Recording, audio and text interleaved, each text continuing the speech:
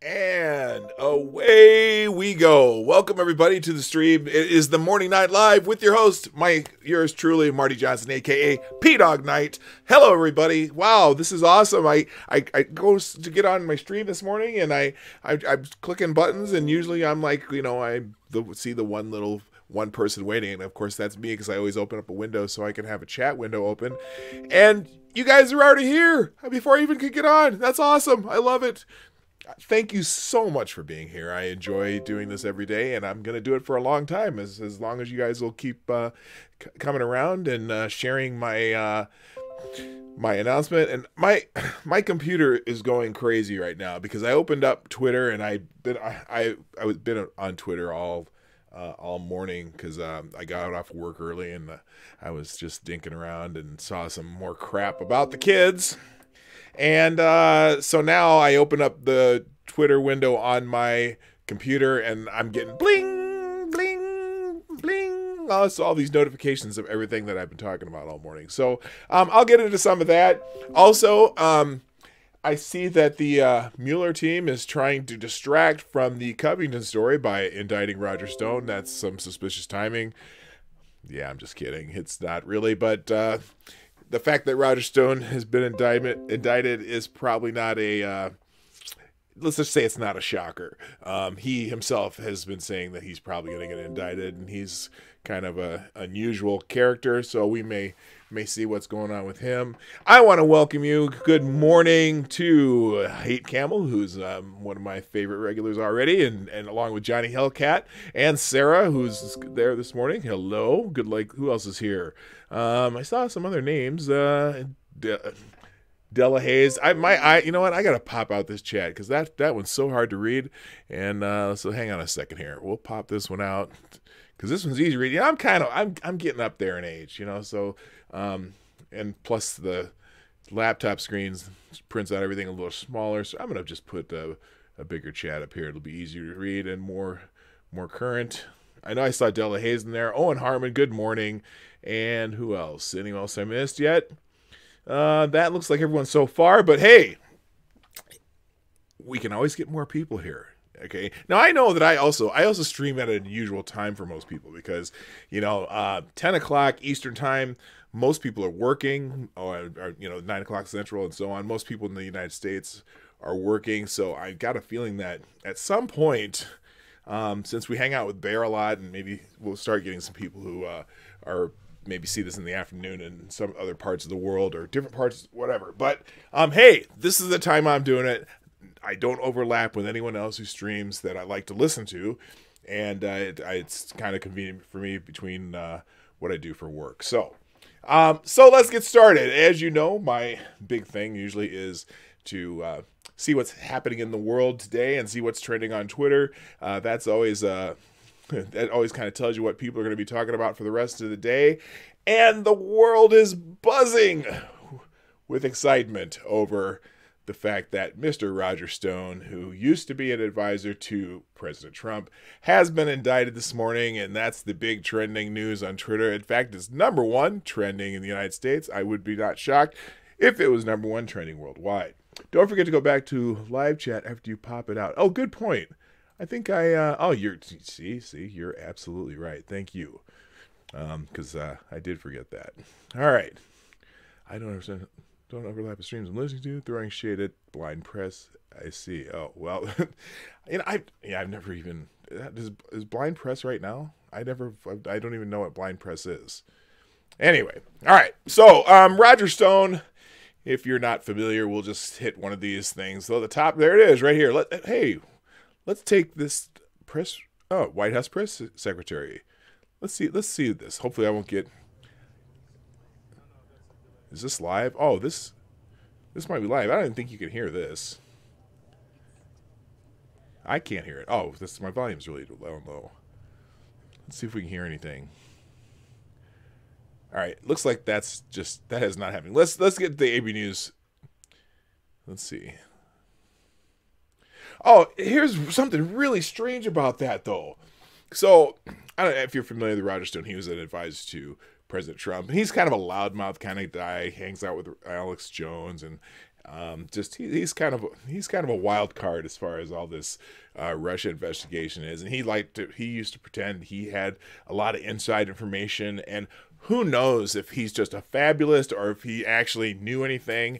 But he comes off as shady. Anyway, so they go arrest this. This is talk about the whitest of white collar people. That didn't make sense. That's not about. I'm not talking about his race. I'm just talking about white collar. He's a suit, so to speak. And so they go on this raid this morning at his house, 6 a.m. down in Florida. FBI, it looked like they had 20 agents all dressed in tactical gear and having, assault weapons and helmets and all this stuff, raiding, bulletproof vests, 6 in the morning, raiding Roger Stone's house. And lo and behold, it's all on tape. And I'm thinking, yeah, he is pretty white. It's all on tape. CNN's there. Now, and here's a cool thing. Well, not cool thing. Here's just one thing that I saw. Greta Van Susteren, who's worked for Fox News, she's worked for CNN, she's worked for MSNBC, she's all over the place, and she was never one of the Fox News right-wing opinion people. She just was on Fox News. She had a show on there. CNN cameras were at the raid of Roger Stone, so FBI obviously tipped off CNN. Even if you don't like Stone, it's curious why Mueller's office tipped off CNN instead of try to quietly arrest Stone. Quiet arrests are more likely to be safe to the FBI and the person arrested. Here's my thought. They wanted this to look like a massive raid, and it's all about optics. It's let's see. Yeah, some people are, and whether you like Trump or not, this is a complete optics raid, because normally when they arrest people who are not a danger, they tend to, they probably have 2 agents go to their house with a warrant. Hey, we have a warrant for your arrest. We're going to come get you, or they tip them off. Now, also, I found out that Stone also has an apartment in Manhattan, and there's his apartment there was raided too. So the only thing I can think of that's not making this arrest a media event and what am I trying to say? I'm tripping over my tongue. My apologies. The only reason they're saying that this is not a media circus event for them is maybe they were concerned that if they arrested him, that something would be, documents or some kind of evidence would be destroyed, because they were going to go in and raid through his house. And they did, like I said, they raided his apartment in Manhattan. So that's the only thing I can think of. Hey, good morning, Maniac Man. Good to see you here. Thank you for coming in. But anyway, let's go see what else is being said about this. Key passage in here's the other thing. This indictment, just like all the other indictments of people who are not in Russia, because they do have indictments for that Russian troll clickbait farm is what I call it. It's a freaking clickbait farm. That was the stupidest indictment I've seen. And then they supposedly indicted a bunch of Russian military officers who they claim did the hacking of the DNC and of John Podesta, which is a dubious claim at best. They've provided no evidence for that. But anyway, this indictment of Roger Stone, again, just like everyone else from the Trump campaign that they've indicted, is strictly on process crimes. Okay, they're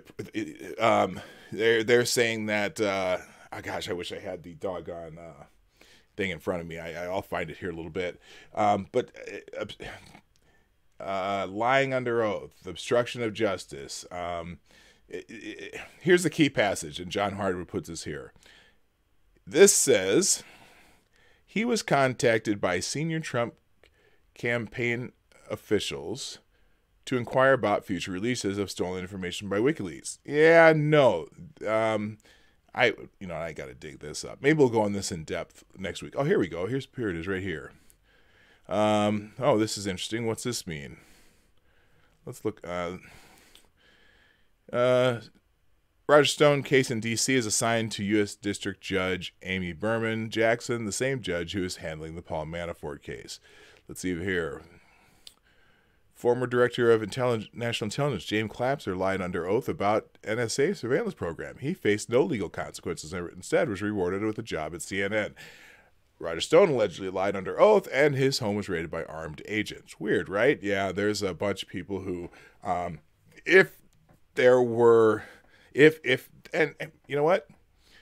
Stone may well have lied under oath. And if that's the case, that's his, he needs to live up to the consequences of that. However, we also know for a fact there's all kinds of people who have lied in as far as this whole investigation goes, including James Comey, including, oh God. You know what? Let's just get out of this. I'm going to keep reading. CNN's tweet, White House Press Secretary Sarah Sanders insists that the indictment of President Trump's longtime associate Roger Stone has nothing to do with the president. Well, the charges that he's being charged with do not. Let's see. I get a lot. Everyone's excited to. Everyone's just. Everyone who hates Trump is jumping for joy. Everyone who loves Trump is going, Roger Stone? Really? That jackass? Anyway, let's see what. Let's just. We'll listen to this minute 24 clip.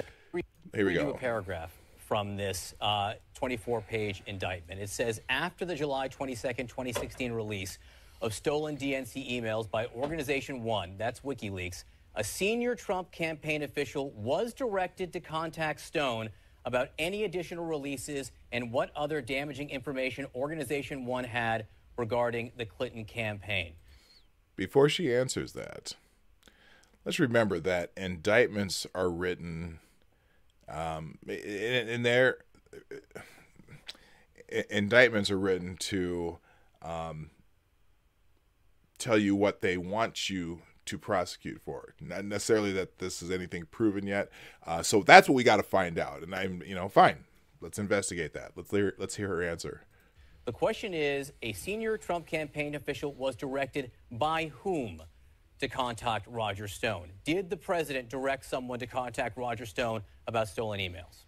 Look, John, I'm not an attorney. I haven't read through that. Even if I had, I'm not going to be able to provide you some type of insider legal analysis. What I can tell you is that the specific charges that have been brought against Mr. Stone don't have anything to do with the president. Well, if you want to get into the weeds on that, Sarah, you have to talk to an attorney. In this case, it's not.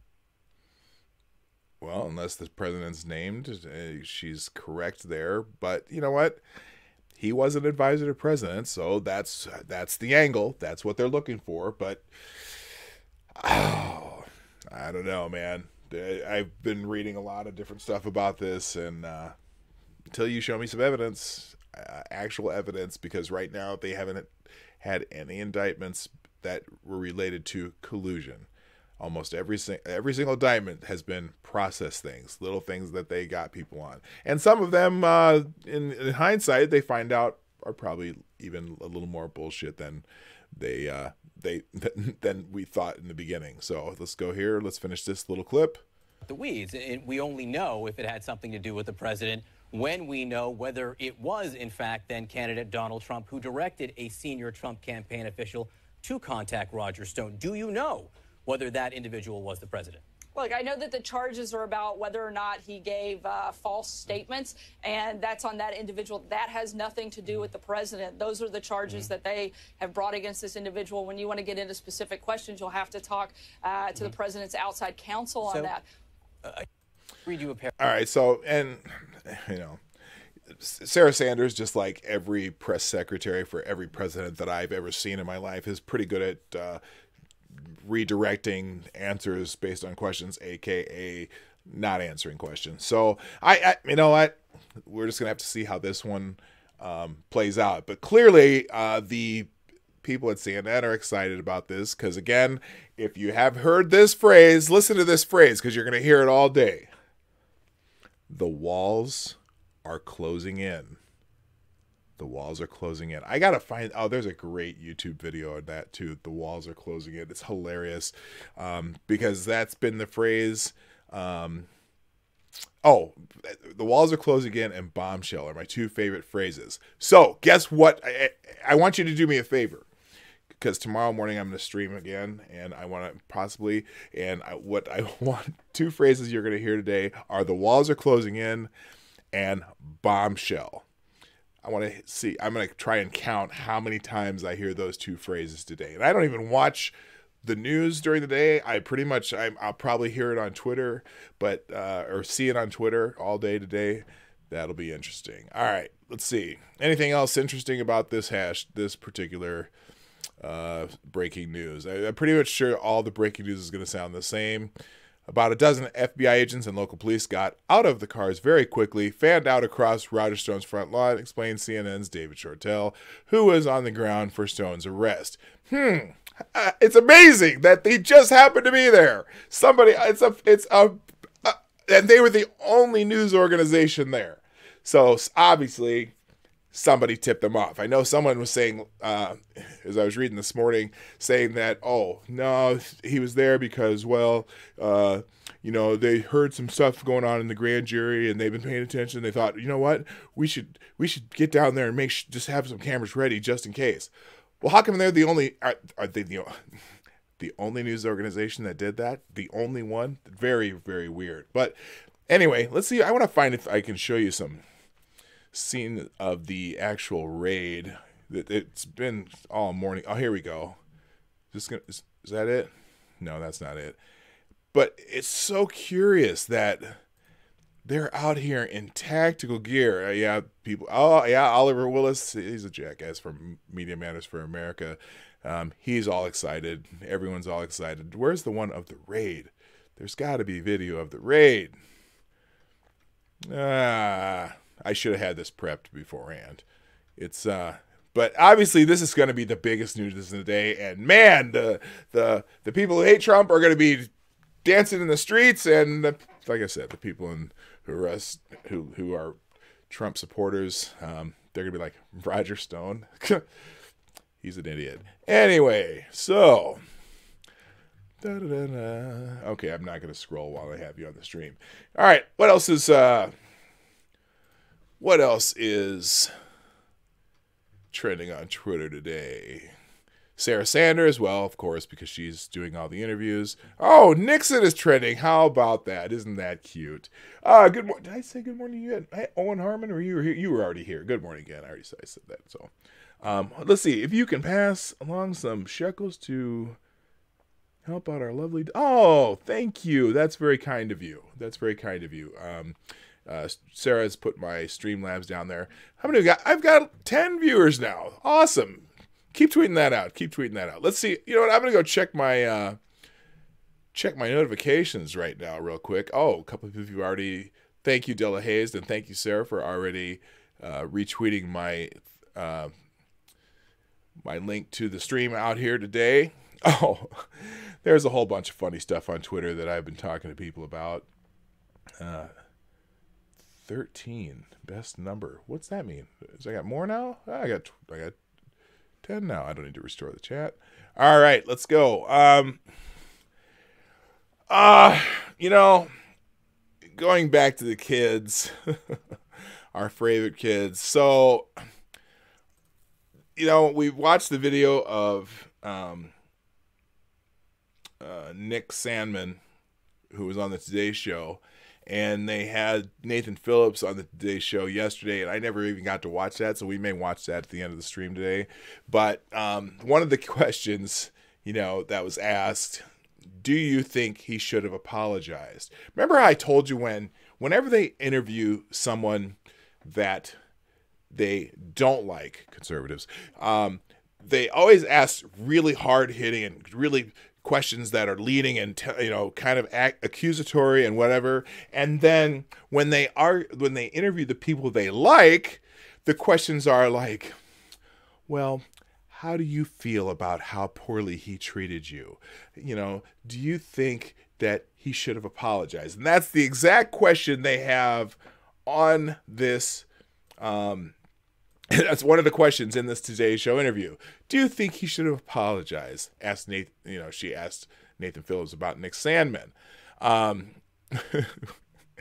It's just so, it's such an easy question for the interviewee. And one of my people I followed, who's JTLL, see, this is balanced journalism. First, Savannah Guthrie asked the kid who didn't do anything if he thought he should apologize. And now he's asking the fraud who lied to her whether the kid who didn't do anything should apologize. So she asked them the same question. It just happened to be that it was all going one way. And someone, he deleted it. Oh, I can't even remember what this was. Yeah, wow. Okay, so there was, I'm trying to remember what the tweet was now. They deleted his tweet. You gotta be kidding me. All right, well, I'm gonna go back. Jeez. Okay, well, let's, so some guy, anyway, let's just go here, because this Parks Department guy tweeted, well, what did he do? And this Planet Tech says, seriously? And I said, yes, be specific, because I wanted anyone who starts talking about Sandman, smiling at the guy, I always want to question, what do you think that the kid did? What did he do to deserve what is happening now with all these kids? And so, after quite a while, well, here, you never hear an answer because the answer is literally face crime. And then this Parks Department says, surprisingly enough, he did answer. His answer was literally face crime. And I think that's from up here. I'm thinking someone reported this text because he was making comments that were clearly threatening to the child. It looks like Twitter removed it. And I wanted to show you that. So I probably should have screenshot it. So anyway, this Planet Tuck is the one I'm interacting with. And by the way, let me make something really clear real quick, and it's very important to me.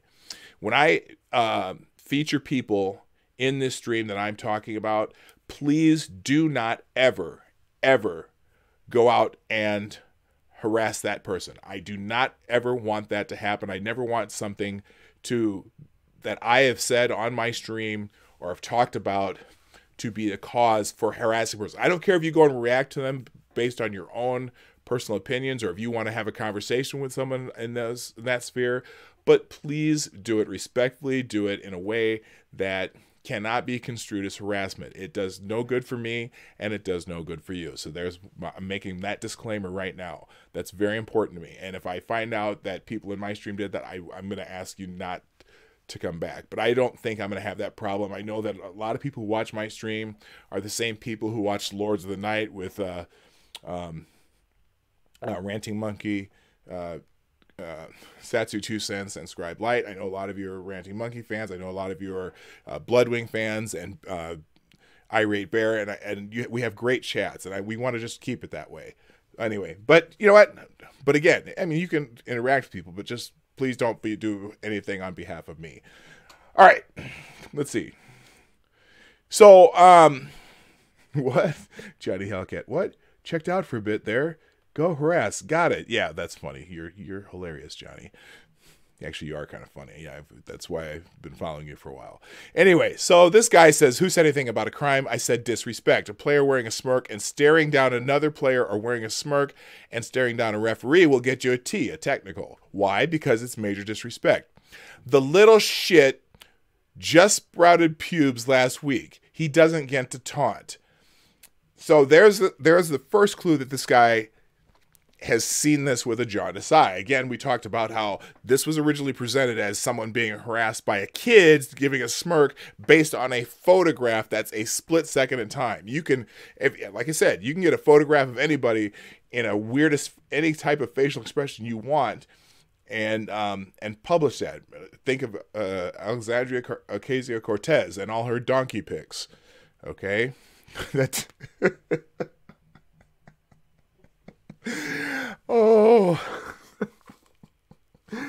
I know somebody's going to clip that. Alexandria Ocasio-Cortez and all her donkey pics. That doesn't sound right. Anyway, all right. So the Parks Department person says, "Have you read Orwell?" Obviously not. But that is your argument. He was disrespectful because you didn't like his face. It was nothing he did. That's true.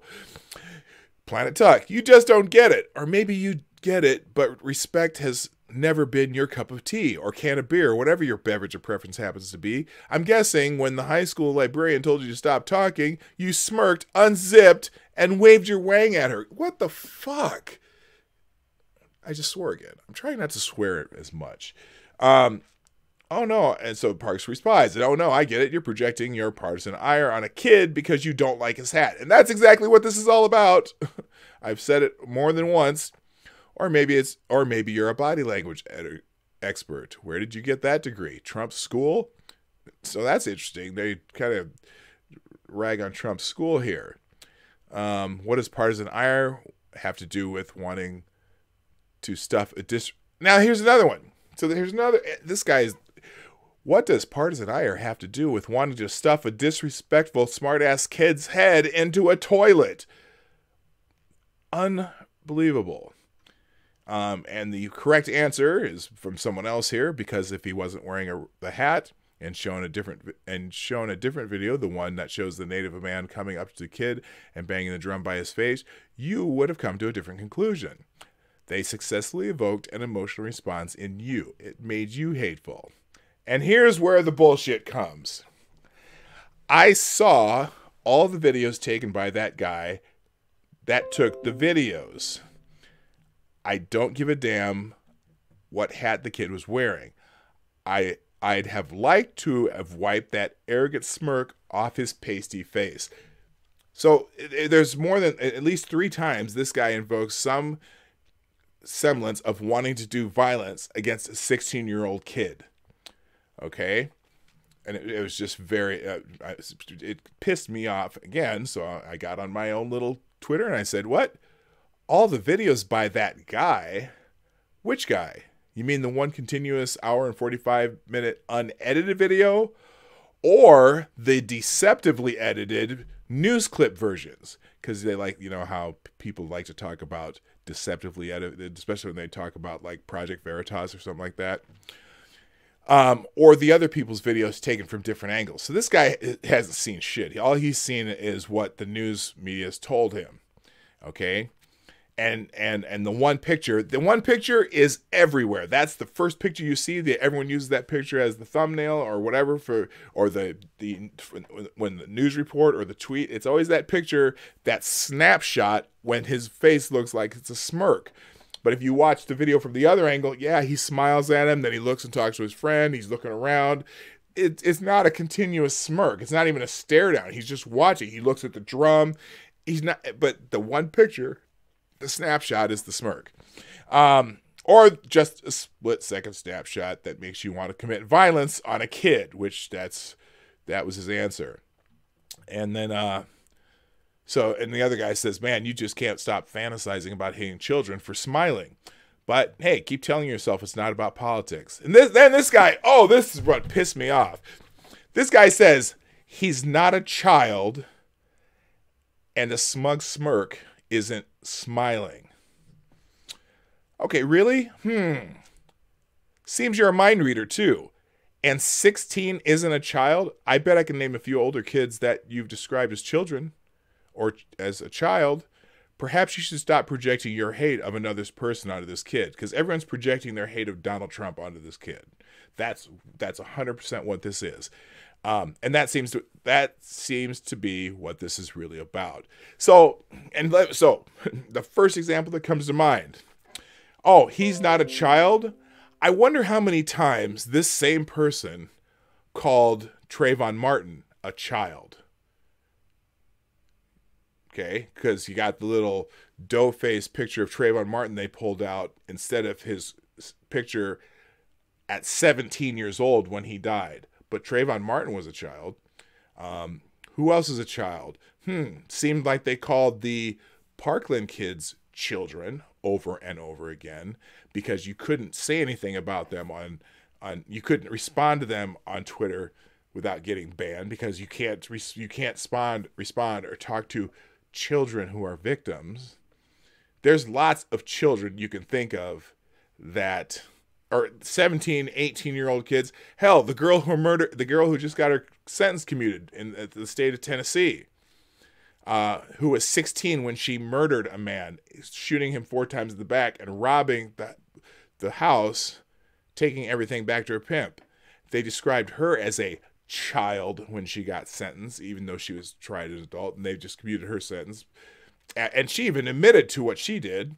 So there's a whole lot of people who are that age that you call a child. This guy's saying he's not a child, and a smug smirk isn't smiling. Well, smug smirk, what do you mean a smug smirk? Is that you projecting how you deal with people? So, oh yeah, the girl that R. Kelly peed on was a child. Yes.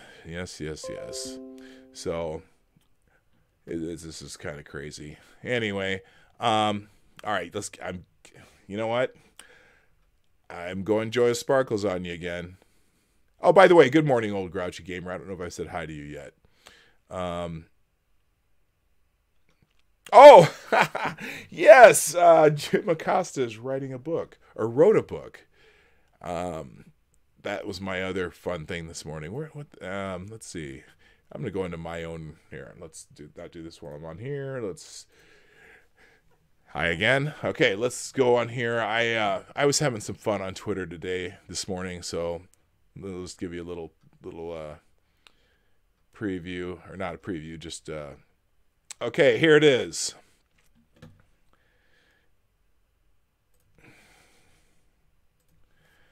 Jim Acosta is writing a book about Trump's war with the media.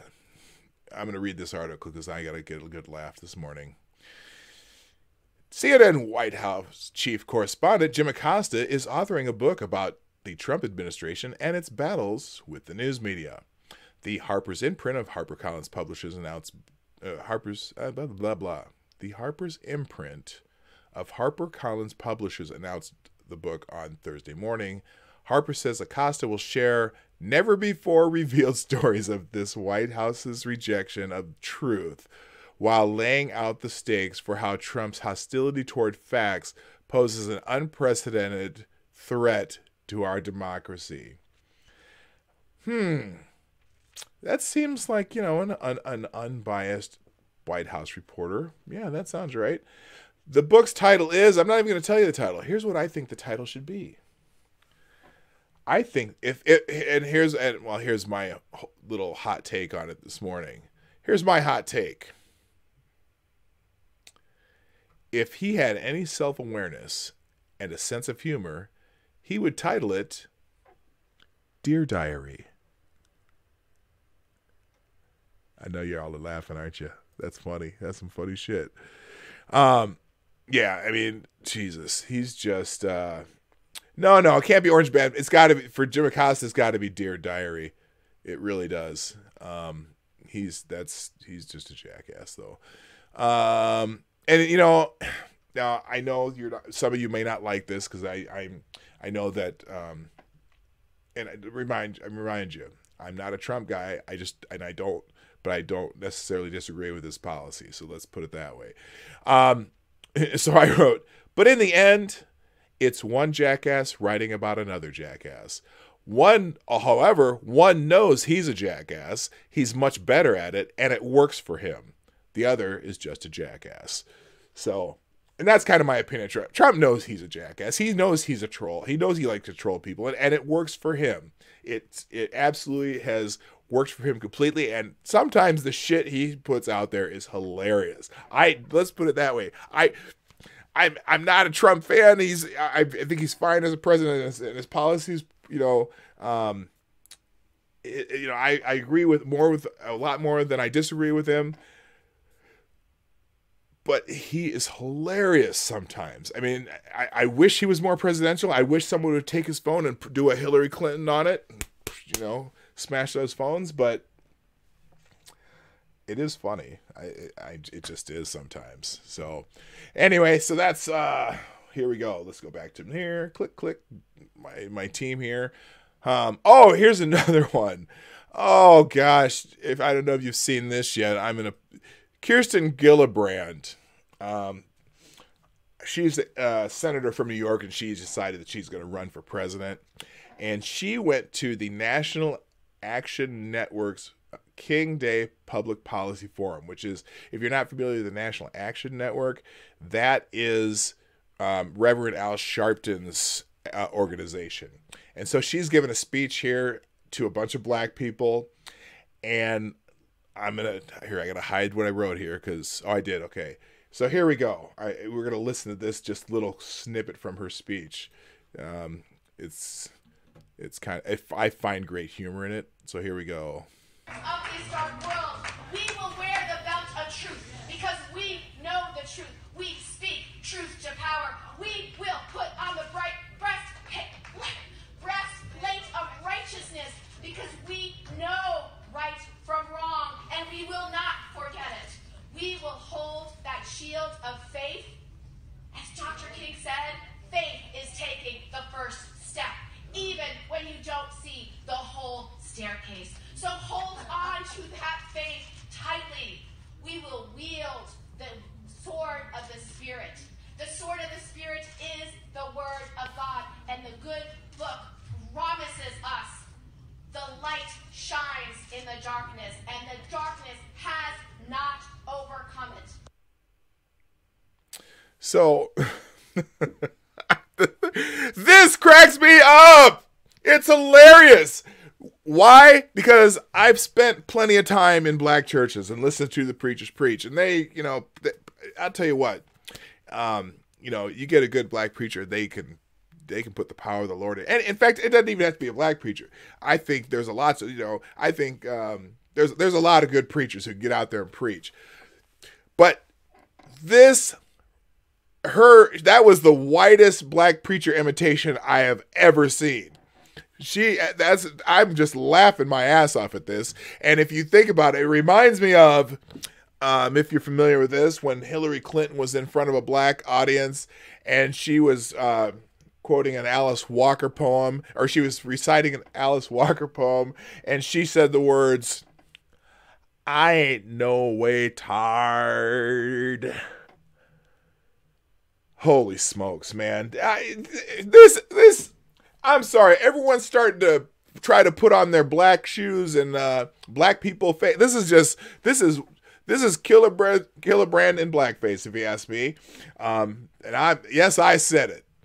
And she's just pandering to the crowd. There's also, I also have to laugh because if you know anything about Kamala Harris, who is, she's a senator from California, also running for president.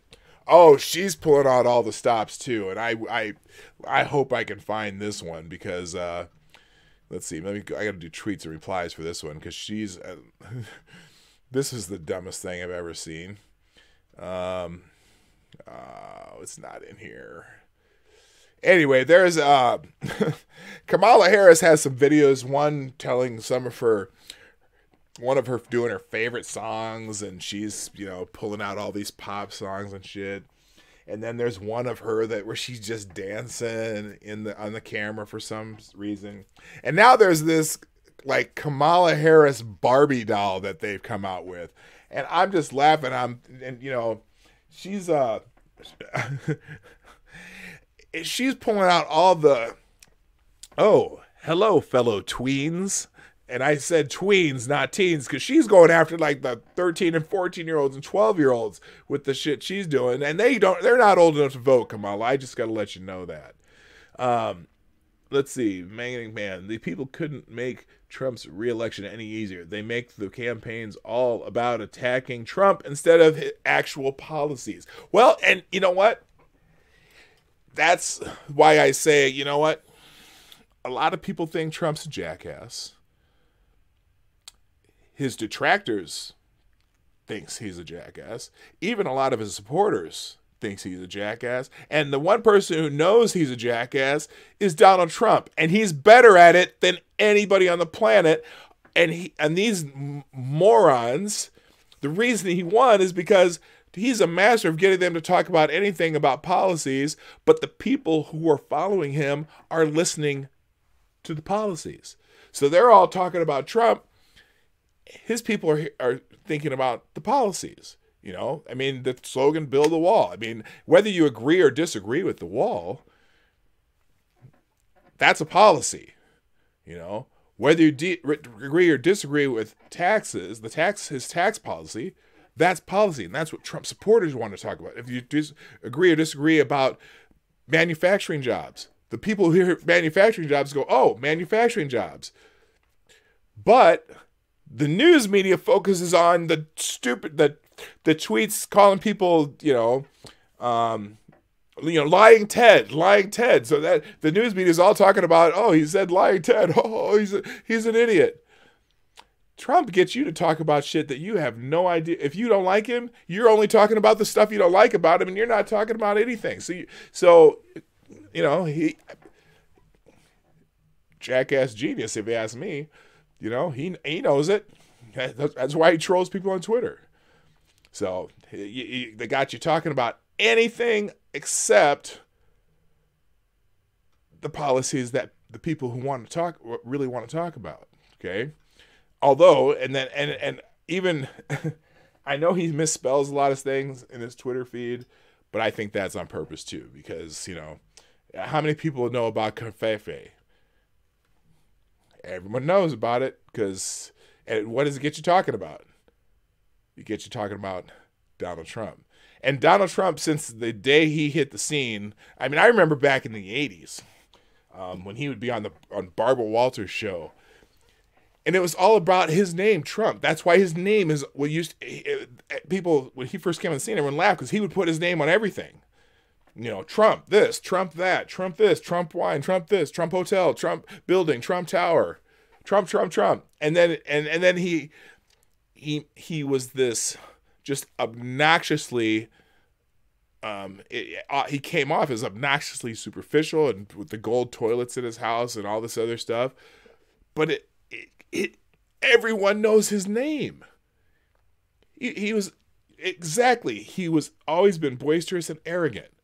And everyone knows his name. So you talk about him instead of something else. And so his name recognition goes through the roof. And I don't, regardless of what you think about him, he's not, people, it's funny because the people who hate him, at the same time they're trying to make him sound like he's the dumbest man in the world, also makes him out to be this evil genius who's supposedly have this very elaborate plan to beat the Russians, and the Russians are helping me, blah, blah, blah, blah, blah. He's colluding, wow. It's the same thing they used to do with Ronald Reagan. They used to say Ronald Reagan was a dope, but Ronald Reagan was an evil genius. I mean, which was it? Is he stupid or is he super smart and calculating? It's just hilarious. All right, let's go on. We're gonna move on because I'm done with that issue now. Let's see anything else that's exciting here on Twitter that's trending. It's LaGuardia Airport. What's going on at LaGuardia Airport? Let's see.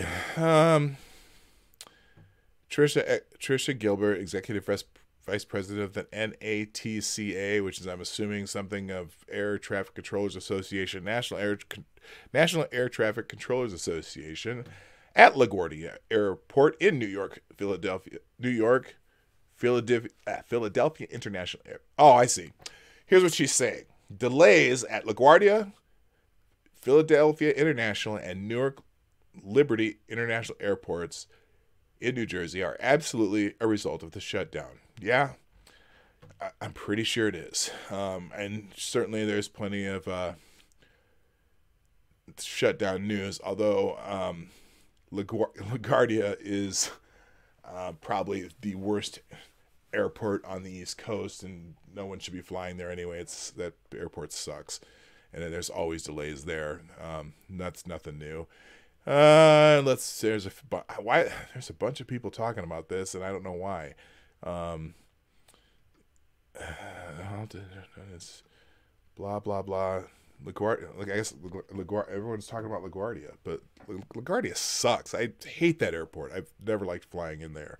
And let's see, anything else? All right, let's do one of the fun YouTubes trending, which is number 7, YouTube in 5 words. Oh, jeez, this should be good.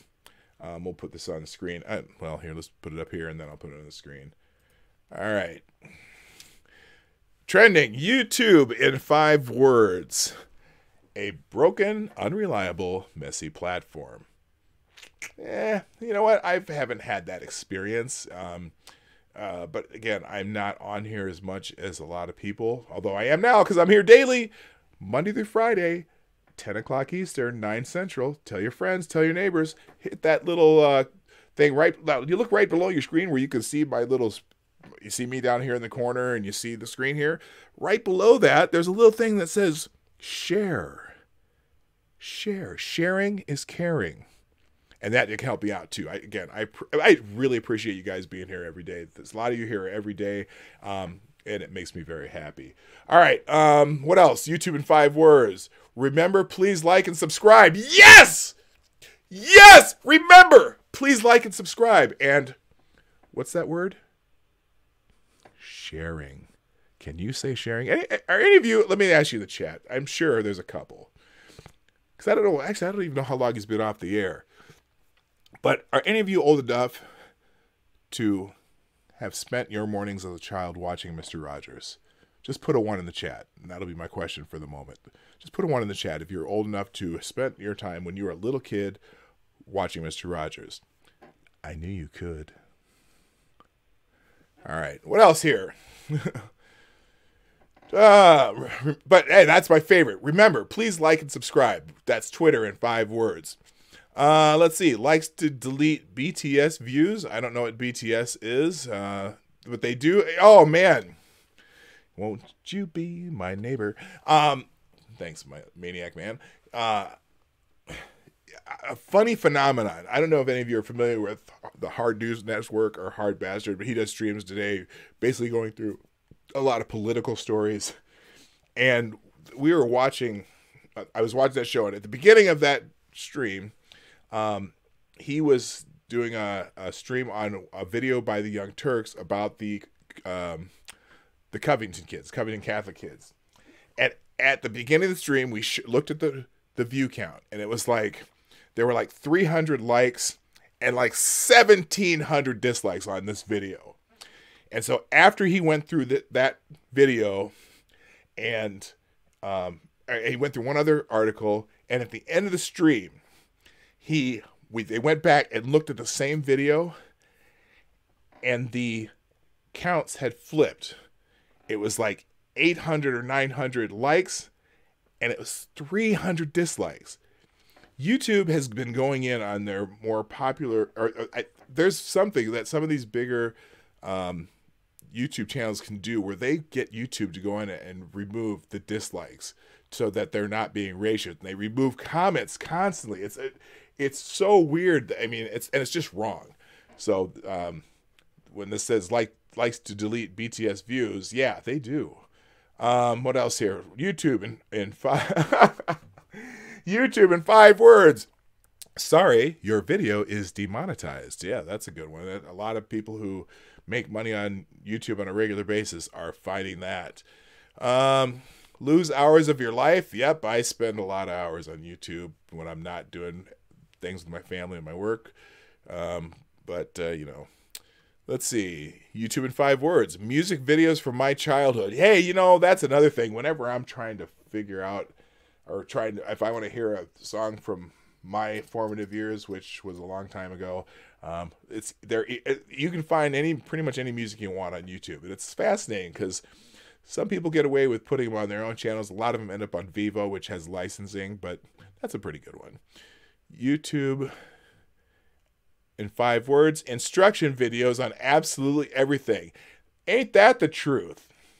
I use YouTube a lot when I need to fix something on my truck, or if I need to fix something around the house and I've never known how to do it. In fact, I use YouTube instruction videos to learn how to use this platform, OBS, and Streamlabs OBS. And that's just, I'm like, you know what? I'm going to try to figure this out myself. There's still some things I need help with, but that's a good one. Hey, good morning, Takata. I see you there. Anyone else pop in once since I've started that I need to know about? Okay, YouTube in 5 words. Where half my day went. YouTube in 5 words. Comments are always more entertaining. Excuse me. YouTube in 5 words. Not another ad to skip. You know, I got so tired of the ads, and I got tired of the adpocalypse, that I finally broke down and subscribed to YouTube Premium. It cost me $10 a month. But I figure the thing about that is if you subscribe to YouTube and go on Premium, one, you don't get ads at all. So I never get ads on when I'm viewing. And the other thing is they don't demonetize the creators you watch get a portion of that subscription fee no matter what. They can't be demonetized. Only the ads are demonetized. So that's how I can either watch ads or I can spend $10 a month and know that the creators that I watch at least get some little, it might be pennies, but whatever. At least they're getting that money. So that's the reason I subscribe to it. Plus, I just can't stand the ads.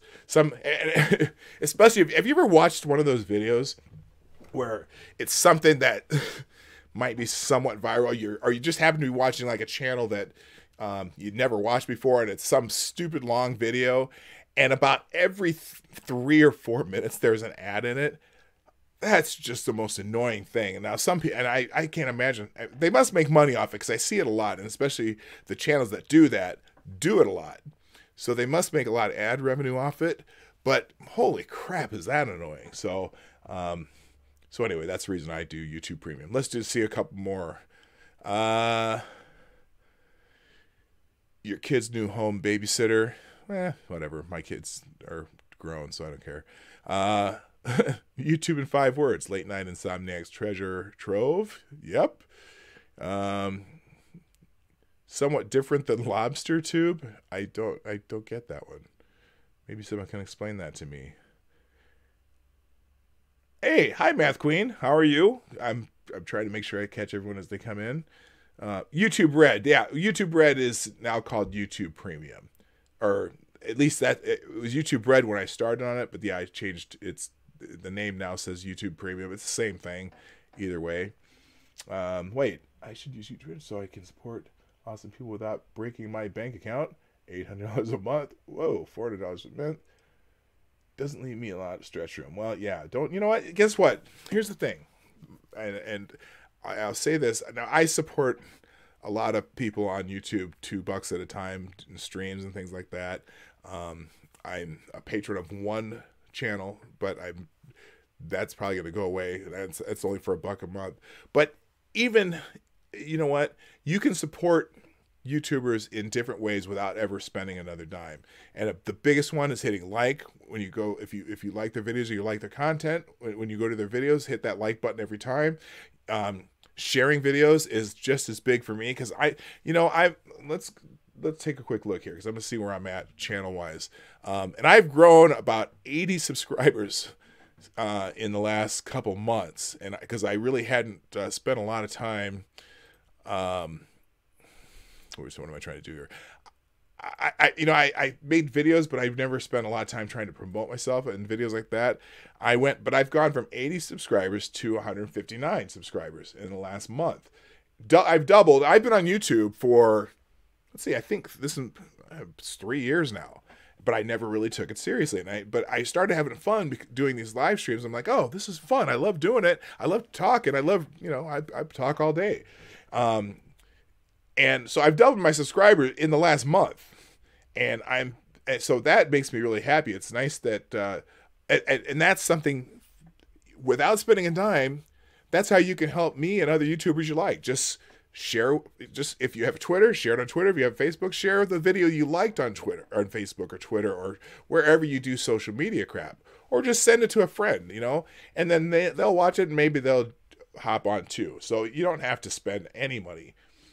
If you don't want to, and even if I don't care if I make it out. My channel's not monetized; it's not big enough to. And You know, I have a Streamlabs, never been used. No problem. I'm just happy you're here. And as long as I have people to interact with, I have a lot of fun. So please, please, please share what we're doing here. It's great fun. All right, now back to, well, I'm done. Okay, that's enough with YouTube in 5 words. Also trending Indictment Friday, that obviously has to do with Roger Stone. It's funny how they did it on a Friday morning. It's weird to do things before the Friday night news dump, but here's one small prediction. Is at some point between now and Monday, something they did is going to be messed up, as in something's going to happen that's going to be wrong with this indictment. Don't know what it is, but it's kind of like, although actually, this is actually a news story that actually happened. If you haven't noticed, a lot of the news stories that have been coming out lately have had problems and have had retractions in a short amount of time. That's why I always say, anytime you hear a story like the story where they said Paul Manafort was polling information to the Russians, wait 3 to 5 days before you really get deep into any discussions about it, because it's likely that story is going to change. Just like with the Covington kids. The story comes out that this kid is harassing this poor Native American man, just singing his songs of peace and love and harmony and doing a tribal drum beat to it. And this kid came up and harassed him. Not 10 hours later or 24 hours later, they find out that story is bullshit. So always wait. I always say 3 to 5 days, although that story blew up in one day. It just fell apart immediately. So, and I don't, and even if it's a story that you think, I'm just telling the stories in one direction, but either way, a story that is good for you, same thing. Wait a few days, because until you have the entire story, you're never going to know if it's true.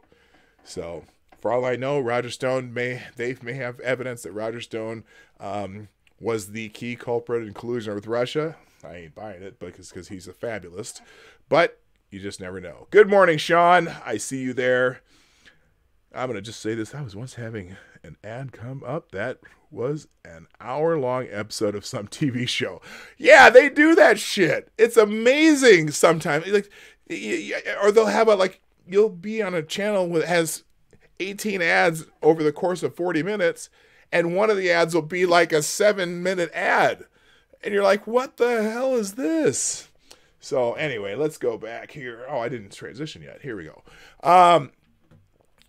All right, so that's it for Twitter Trends Day. I think that's pretty. But obviously, the big news of the day is Roger Stone getting indicted, and so you're gonna hear it. Oh, that's the only thing you're gonna hear about today.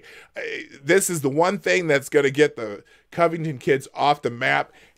However, me being the new Joy Sparkles, I'm not letting it go, because there's things that have gotten me a little pissed off. But here's actually an article that I found in Politico this morning that I thought was kind of interesting, because right now you'll find a lot of people just who hate those kids. It's all about that red MAGA hat. And so this was kind of shocking that I saw this pop up on my Twitter feed this morning. And it's an article in Politico called "In Defense of the MAGA Hat." And here we go. And now Rich Lowry is an editor of National Review, a conservative magazine. And so you would expect that maybe they would have at least a little more fair take on things as far as for people on the right. Now, and I got to say, when I say fair for people on the right, there's other places that are trying to be more fair to people on the left. And this is going to be more fair to people on the right. So in defense of the MAGA, and we're just going to go through this real quick. And this is what I've been saying all along. From the second I saw this story, I'm like, guess what? If there were no MAGA hats, there would be no story here. You would have never heard of it. If these students were of a school of a different race, you would have never heard of this. If this was the kids from a inner city school that were harassing a Catholic priest who came up and talked to him, you would never heard this story. If the there's all kinds of reasons you wouldn't hear this story. The only reason you're hearing this story and why it blew up initially is because of those red hats. Now, my alarm's about to go off here. Let's read this article. The primary offense of the Covington Catholic High School kids wasn't so much allegedly mocking, or getting in the face of a Native American drummer at the Lincoln Memorial. It was wearing red Make America Great Again hats. That was the actual incontestable conduct that created the predicate for what happened next. The social media mob, the cable TV brouhaha, the viral videos, and all the rest of the grief they've been subjected to since. It all stems from the presumption of guilt from what they wore in their heads. Damn Skippy. That was me. It doesn't say damn Skippy here. And there's that alarm I knew was coming on. For much of progressive America, the moment you put on a red MAGA hat, you're suiting up for Team Racist. You're marking yourself out as a bigot and a goon. Your individuality doesn't matter anymore. Only the cap. If kids had been wearing red Washington Nationals caps, the imbroglio might not have gotten any attention at all. Even if it had, many of those progressives who immediately took a critical view of the students might have been more inclined to view them as immature teenagers rather than soldiers of hate. As an analysis at Vox noted on the Covington incident, the hats extinguished pretty much any benefit of the doubt a liberal observer might have given these kids. I'm sure you can find your own examples of this. Yeah, they were asking for it. Their skirts were too short. Their skirts were too short argument. Alyssa, one of our favorite people on the planet, Alyssa Milano, notoriously tweeted, "The red MAGA hat is the new white hood," which would be close to an apt analogy if people donned MAGA hats to carry out hideously violent crimes against African Americans and other people uncongenial to them. In a similar vein, TV writer and producer David Simon pronounced, "Once a campaign prop, a MAGA hat now fronts for such raw evil." This is a religion, people. It's a frickin' religion. He makes it sound like a red baseball cap with an embroidered American political slogan on the front is the equivalent to Totenkopf, which I have no idea what the fuck that is. That's something Totenhead. Let's get it. Can I get a translation? Totenkopf, anybody? Totenkopf. Totenkopf. It's a German word. If you know what that means, let me know. I'm sure it's not good, though.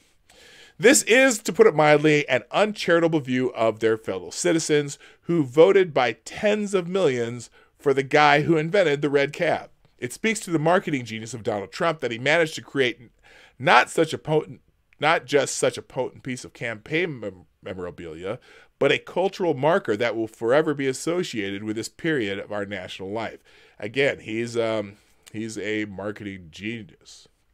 I read an article that 3 of the 4 Catholic bishops in the area of the school condemned the kids and said no Catholic should ever wear Trump apparel. Well, yeah, because,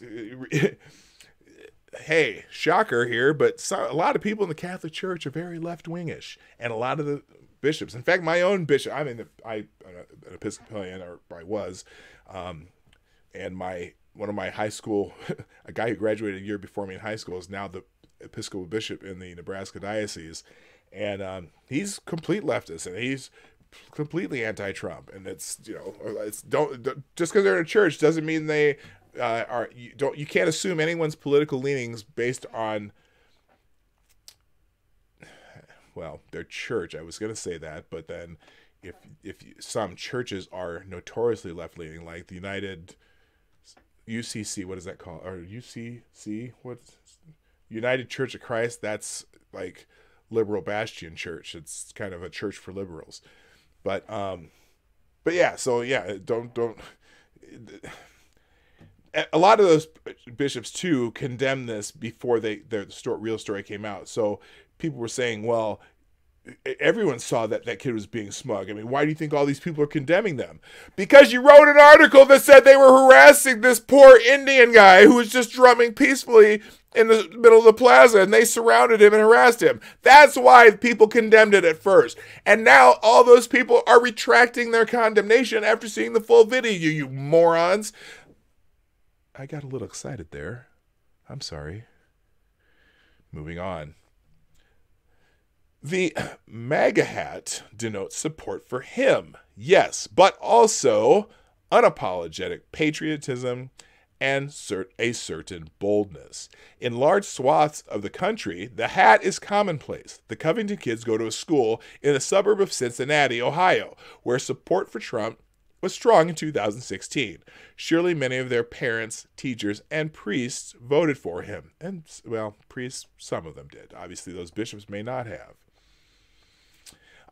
In such places, the cap isn't widely considered a provocation, although it carries some risks wherever it's worn. Yeah, in some places, you can get people will harass you, and there's videos all over the place of people in Trump hats getting harassed and attacked and beaten and getting shit thrown at them, and all these incidents of violence that are never making the news, even though every time, well, I don't want to talk about those other assholes because they do not belong in any movement either, but I'm sorry, you probably know what I'm talking about, but I'm not going to talk about it. And is that a surprise? If the cap symbolizes only one thing for the left, as Commonweal magazine columnist Molly O'Reilly wrote of the Covington controversy, you don't let your kid wear a MAGA hat and then act offended when they get taken for a racist. I know lots of black people who wear MAGA hats. I know lots of Hispanic people who wear MAGA hats. I know some Asian people who wear MAGA hats. I know some women who wear MAGA hats. I know a Muslim who wears MAGA hats. I know Mexicans, people of Mexican descent, who wear MAGA hats. But white people, it's always funny to me too. And I'm not a MAGA hat guy, but I am so tempted to buy one and just wear it. But I got to wait till my son graduates from college because you know how people are. Moving on. Well, there's the minor detail that your kid might not be remotely racist. It should be incumbent on the adults to realize, much as though they hate Donald Trump, not everyone who supports him or wears his political paraphernalia is a hater. Now, here's where Rich Lowry made a mistake in this article. I'm going to read that sentence again. It should be incumbent on the adults to realize, much as though they hate Donald Trump, that not everyone who supports him or wears his political paraphernalia is a hater. Do you see what's wrong with that sentence? Not everyone who supports him or wears his political paraphernalia is a hater? No. I would say very few. Very few people that support him or wears his political paraphernalia is a hater. There are some, and I'm sure there are. I'm sure there's you know what? There's plenty of racists all over the place, but in my opinion, they're few and far between. Okay, I would say there's some people who are just haters, but if you haven't noticed, there's some people on the left who are in just filled with hate right now. Okay, it's the hate they're projecting from their hate for Donald Trump is being projected onto these kids. Remember me saying that? I just said that a little while ago. It is the adults who take the childishly reductive view of this question. When Jamie Lee Curtis regretted her snap condemnation of the students, because Jamie Lee Curtis did a solid, She lashed out at these kids right off. She was one of the early people to lash out at these kids, and then she went and retracted that and apologized. Now, I don't know if it had to do with the fact that there was a lawyer out there getting ready to sue everyone's, out of the, so they'll be wearing buckets when they're done. But she did it quickly. When Jamie Lee Curtis regretted her snap condemnation of the students, journalist, I use that word loosely, journalist Victoria Brownsworth tweeted at the actress her disappointment. Did you miss the MAGA hats? They were wearing MAGA hats! This is why very little outrage has been directed at the venomous, freakishly anti-gay, openly racist black Hebrews, a.k.a.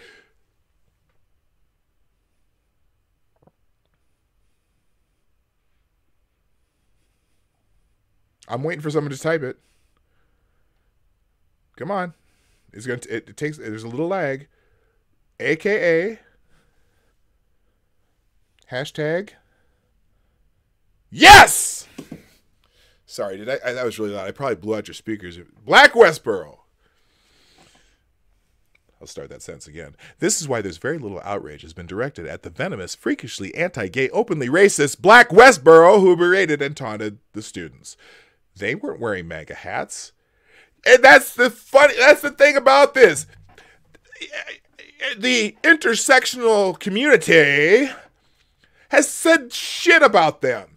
They're talking about faggots and homosexuals and this and that, and this is why you're going to hell, and this is why you deserve to lose your land because you worship totem poles and faggots.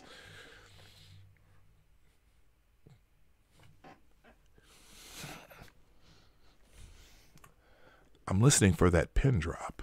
Oh, ting. See, you hear that? That was a pin drop because you can't hear shit about that. Oh. And this is why many figures of the left refuse to relent in their campaign against the students, even after exculpatory video emerged. The kids hadn't gone out of their way to mob the drummer or create a nose-to-nose confrontation. The one thing progressives still knew for a fact that the kids, or at least some of them, wore MAGA caps. And what else was there to know? They were wearing MAGA caps. They were wearing a short skirt. That skirt was a little too short. And this is why many figures on the left refuse to relent in their campaign against the students. So that's what I just read. For them, this rendered the Covington students no longer individuals and no longer children. Remember I said, this is not a child. David Hogg's a child. Trayvon Martin was a child. They're both older than these kids. In fact, David Hogg was freaking 19, and they were still calling him a child. They didn't deserve a bit of leeway for any mistakes. They were simply political and social symbols to be crushed underfoot. Never mind that each of them was a teenage kid who, even if you think he has bad taste or noxious political views, now has a lifetime ahead of him to grow and change. They wore the hats, and they can never be forgiven. In the immortal words of Elvis Presley, damn Skippy. So, that was, in my Joy Sparkles moment. I should have one of those.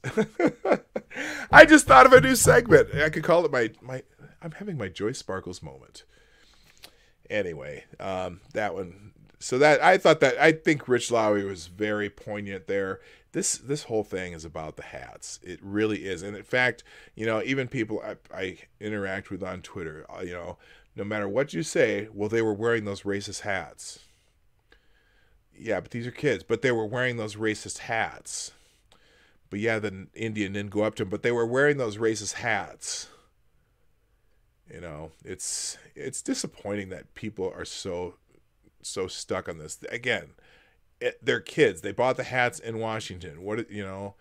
It's I don't know, whatever. So, by the way, I don't know if you're familiar. One of my favorite. I'm just gonna go back to Twitter for a second. One of my absolute favorite people to follow on Twitter and you should follow this person, is named Titania McGrath. Titania McGrath, it might be the greatest symbol of freedom and love and intersectionality and well, let me just describe her. She's an activist, a healer, a radical intersectionalist poet. All tweets self-destruct after 7 days, selfless and brave. Pre-order my book. Woke, what is this? Oh, there's actually a link there. It's, oh, Woke, A Guide to Social Justice by Titania McGrath. Just the most awesome parody account in the planet. And here's, so here, and she happened to put this article, there's a post for this article in the Washington Post. The Washington Post is freaking, there's doubling down and tripling down and quadrupling down. The Washington Post is like 10 to the 7th power, whatever that would be called, doubling down. This article, a face-off between Catholic school teens and a Native American elder, is a reminder of 500 years of conflict. My God, you know what? Let's linear time, people. Linear time. This is it's, you know what it's a reminder is that activists can manipulate the world. That's, what am I looking at? I'm looking at over there. I mean, you're over here. I'm losing my mind. Anyway, so here's the funny thing. Here's Titania McGrath, the greatest. I love this account. You may say this was just a kid smirking at an odd situation. No, this was 500 years of subjugation encapsulated in one event. This is not hyperbole. This is the murder of Franz Ferdinand all over again. A war cometh, and this boy is to blame. Thank you, Washington Post. Now, and the funny thing about this is, you read this Titania McGrath's tweet. In fact, I like her so much that we're going to. Here's the link. It's the funniest Twitter account because he or whoever does this account does the best parody of what it means to be super, super woke. And you won't know. And there's so many people who interact with this account that have no idea it's a parody. Here's one. 5 things that have never existed. The gender binary, male feminist, Islamic terrorism, Bruce Jenner. The best thing is to, whenever this person tweets, go read the comments that follow that tweet. Half of the people know it's a parody and half do not. And they react to it as though it's real. Here's another one. This fake, and it's a fake book. Unbelievable. Amazon has erased over 30 glowing reviews of my book. Just because it hasn't been published yet, that does not invalidate their lived experience of imagining what it must be like. Is misogyny now your official company policy, Amazon? It's hilarious. I love this thing. Oh my, whatever this is. All terrorism is caused by toxic masculinity. Therefore, if all men started shaving with Gillette, there would be no more terrorism. Oh, it's the same account that used to be Godfrey Elwick, if you're familiar with that one too. Let's see, what else? So Santa... so Meaty Hassan was pissed off because this kid got on the Today Show. Well, so this guy tweets, the power of having parents who can employ a crisis management firm for you, talking about the article. So Titania McGrath, thank you, Medri Hassan, for calling out the staggering privilege of this Covington boy. Imagine being male and white and still thinking you had a right to defend yourself when falsely smeared by multiple media outlets. It's just hilarious. Let's see. I'm trying to... Okay. We'll quit moving around. What? Oh yeah, because yeah, I'm looking in the weird directions. Anyway, all right, let's go find the article here that I was actually trying to look for. Or not article, the interview. Let's see if we can find the interview of Mr. Our favorite former Marine private, Nathan Phillips. Let's find the window here. Oh, I don't want to be in that window. Here we go. We'll go here, and let's go. Today, Nathan Phillips. And see if that's on here. Here we go. So, here's the interview with Nathan Phillips. Let's open up the screen. I put my YouTube window up there. Hang on, let me find him first. And we'll pause. Get the sound so you can hear it. And just like the last time, I'm going to stop and start and comment a lot because I don't want to get a strike and I don't want to get make sure that this is fair use, that I am commenting. What's weird, though, is, so on YouTube, this one only has 112,494 views. Now, they haven't changed the ratio on this. If you can see right here, 686 likes, 5,700 dislikes. So this is already ratioed to the max, and 4,292 comments. All right. And away we go. Here we go. Nathan Phillips is with us now. Mr. Phillips, good morning to you. Good morning.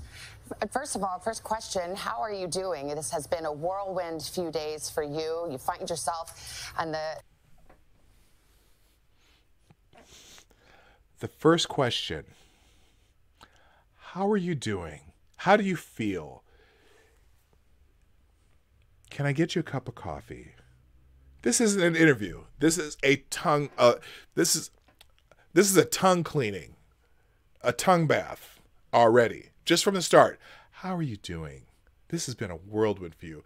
This must feel so incredible for you. the front page of every newspaper. How are you doing and how are you feeling? Well, I woke up strong this morning and with a really positive attitude, and well,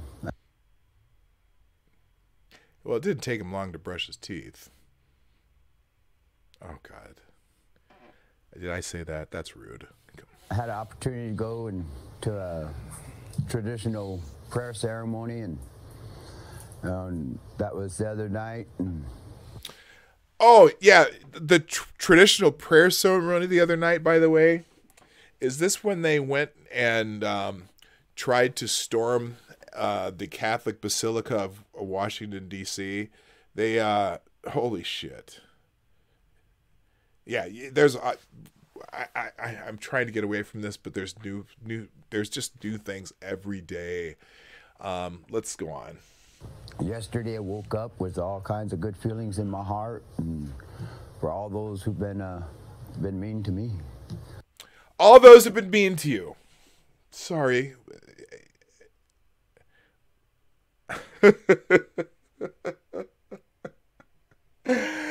All those people who have been mean to me. Well, my God, I imagine how those kids feel, sir.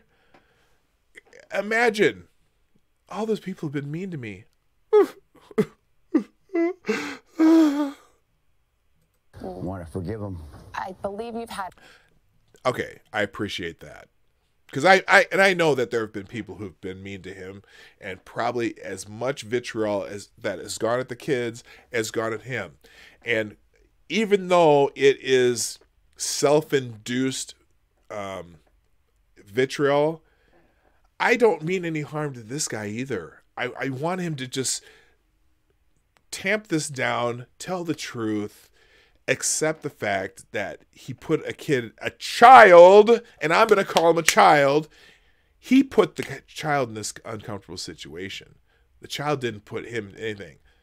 They did not need to go over and I'm going to call it harassment. They harassed the kids. It wasn't the kids harassing them. Moving on. Had a chance to see the interview that the student at the center of this gave. What was your reaction? What did you think of what he had to say about? What was your reaction? What do you think about the kid? How do you feel? This encounter. I was upset I was made to sit down and watch it. Well, who made you? You could have declined. And let's go. I gotta stop. This is gonna take me hours. This is gonna take me hours, and I don't have hours. Let's go on. Why is that? 'Cause you got busted lying. Everything the kid said is corroborated by video evidence. Almost nothing you said is corroborated by video evidence. I read his statement, and then when I got into the first, somebody tried to show it to me before I went to my prayer ceremony, and I got my prayer ceremony. I'm virtuous. Got into about the first 30 seconds, 40 seconds of it, and I said, well, that's all I needed to hear. And by the way, good morning, Delahazed. Looks like you just got here. And Tyler F. I don't know if I said hi to you yet. Hello. what was your reaction? I want to go back to what he just said. And I got into about the first 30 seconds, 40 seconds of it, and I said, well, that's all I needed to hear. You don't want his story. You're an activist who needs to keep your narrative going. That's what this is about. And you know it. And you know you've been busted, and you know that everything you said was false. Okay? There are some things that I give him a benefit of the doubt on. But he's busted, and he knows it. And what was your reaction to it? How did it make you feel? What did you think? How did it make you feel? There's no questions here. I hope that she asks some real questions at some point. Because so far, question 1, 2, and 3, she's asked 3 questions, and all of them are, how do you feel? I don't care about how he feels. I want to hear his explanation of the discrepancy of his original story to the actual video evidence. Are we going to get to that in this interview? I doubt it. And no one's ever going to confront him on that because he's a Native American elder, Vietnam times vet, who was a refrigerator mechanic, never left stateside. And never got promoted in 4 years. You know how hard it is not to get promoted from private to private first class in 4 years in the military? That's an accomplishment. This guy's an accomplished human being, because that's really hard to do. Everyone in the first couple of years goes from private to private first class, at least 4 years in the Marines, and never got promoted. But part of that is because he went AWOL 3 times. How do you feel? How do you feel? If she asks one more how do you feel question, I might put my head through my computer screen. Think about his words and his explanation and his version of this encounter. Supported by video evidence. Coached and written up for him. Supported by video evidence. Insincerity. Supported by video evidence. Lack of responsibility. Supported by video evidence. You know, those are the words I can't say. Supported by video evidence. Came up with and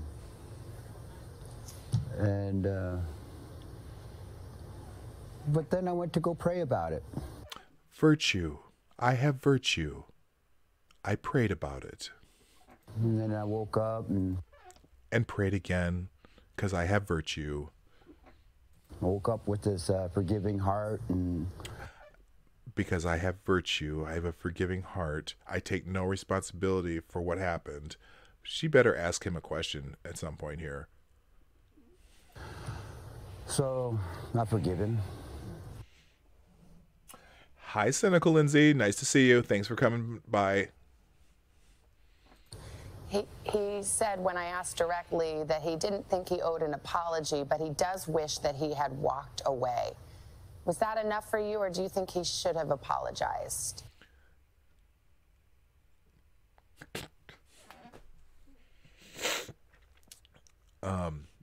That's basically a how do you feel question.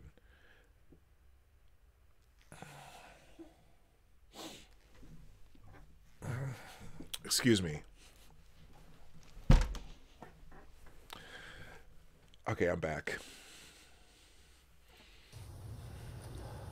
Well, if there's an apology, there'd be an apology for his own behavior to a lot of other people's beside me. I'd be like way down on the list of his people he needs to apologize to. Who might that be? Because you didn't witness any of his behavior to other people. You have no idea. You've never seen the kid except for in that 2 minutes you stood in his face and banged a drum 2 inches from his face, and then put your face in his face and kept banging the drum and kept yelling it louder in his face. That's video evidence. There's video evidence for that. That's all we got.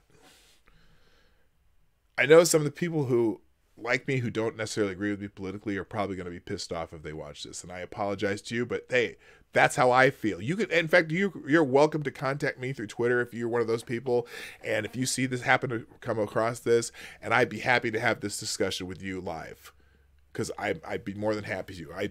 One thing I want to do on this channel, there's going to be people that I'm going to invite on that I don't agree with, but that I like and personally, that, you know, we'll have discussions more about, you know, what makes us tick, not necessarily have controversial things, but I'd love to have someone who wants to argue about this with me, and we'll go through the video together. But because of the tomahawk chop and the mocking and the... I could see maybe you had some offense about the tomahawk chop, but that kid didn't do it. He did not. And you know he didn't. He did nothing but stand there. Those things, and in one of his statements he did say that he was the leader of that. He got permission from his school teachers. So to do, oh my God. So if you don't know what he's talking about, the kid's got permission to do school chants. I don't think this guy's even went back and watched it himself. You know, there's a lot of times he could have walked away. There's a lot of times you didn't need to walk up into his face. Did you hear anyone say, build that wall? It isn't audible on the... Oh, let's see if he lies. Let's see if he lies. Because if he says yes, then he's lying. You know damn well, if any of them had said that, somebody's video would have pulled it out. Because there were cameras everywhere around there. There's tons of people filming. Let's see what he says. I guarantee he's probably going to lie. The video clips, I think, that are out there. But did you hear that? You know, I did hear that. And I have seen some out there on the internet where you can hear him saying, build that wall.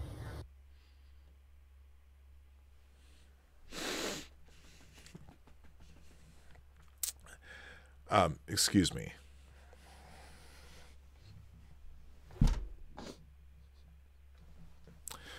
I'm back. And how did you feel in that moment? Did you yourself feel... Do you think that CNN, NBC, MSNBC, Fox News, CBS, ABC, PBS, and every online news outlet would be blasting that over and over and over and over if you could hear it on any of those videos? This is bald-faced lying.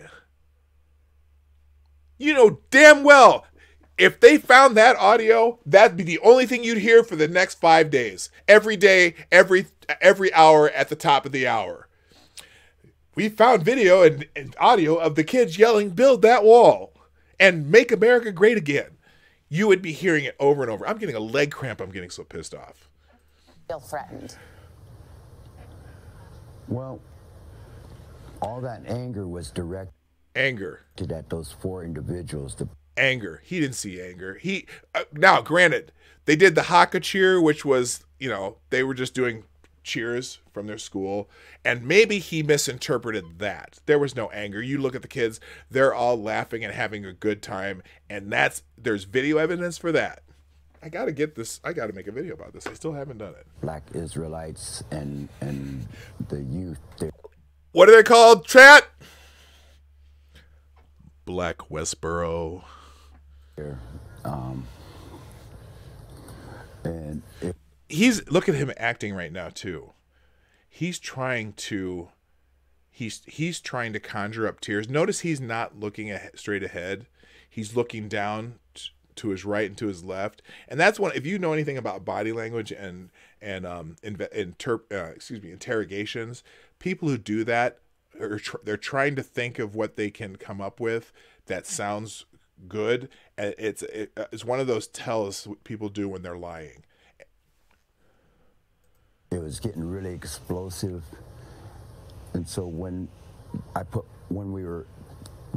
started praying, I asked Creator God, virtue, to protect me, to stand with me, and virtue. I was just to witness what was happening, and then when I put myself in prayer and virtue, used that drum to reach to God. Virtue.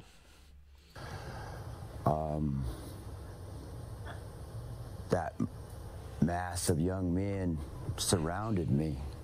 You pushed yourself into the middle of them. And the folks that were with me. And it was a moment when I was in prayer, it wasn't that I felt like I could stop anything or do anything. But I felt like I was spiritually moved into that center, of that whirlwind, as you were saying. All the kids, now watch, look at the background. They're enjoying this. They're moving to the beat and not whatever. I asked. Yeah, look how angry they all look. Look at how angry this kid looks like he's about to. I think he's on a horse with a rifle, pointing it at the Indians. And this kid here, oh gosh, look at the anger and rage in his face. And this guy's like, well, this guy's just like, what the fuck are we doing here? This dude has no idea. Oh my gosh, look at the lightning coming out of this kid's eyes right here. Oh, here's a kid who's he does look kind of angry. Or he's just like, that's a what the fuck look. Anyway. The young man this question. I'll ask you the same thing. See, this dude's jamming though. Look at this guy. Okay, watch this kid in the white hat that you see right between him. This dude. Oh wait, what did I do there? Where's the kid? There he is. Watch this kid. He's jamming. Look. As you were saying. Oh yeah. I asked the young man this question. Pop I'll it. ask you the same Pop thing. it. Pop Do it. you think Pop in it. that Yeah, go man, confrontation, go. that encounter that went on and on, should you have walked away? This is going to be interesting. He said, yes, he thinks now he should have walked away. Do you think, sir, you should have walked away? That's what I was trying to do. Bullshit! You lying sack of shit! You did not try to go anywhere! You stood there and it was a... Oh my... Ah! Ah! Ah!